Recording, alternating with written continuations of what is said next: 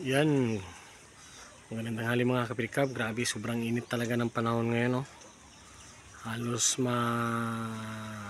tumuyo na yung mga balon ng tubig dito sa amin. Yan, no? Sobrang init ng panahon. Yung sikat ng araw, sakit sa balat.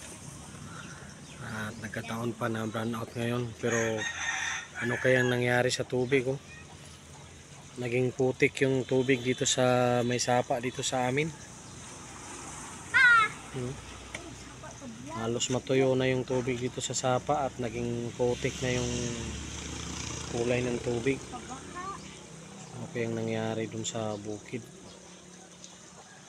Wala namang ulan dahil sobrang init ng panahon. Yan, oh.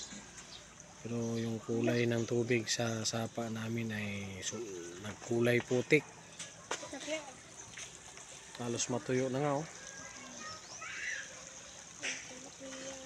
Yan. Keep safe everyone at magandang tanghali pa sa lahat.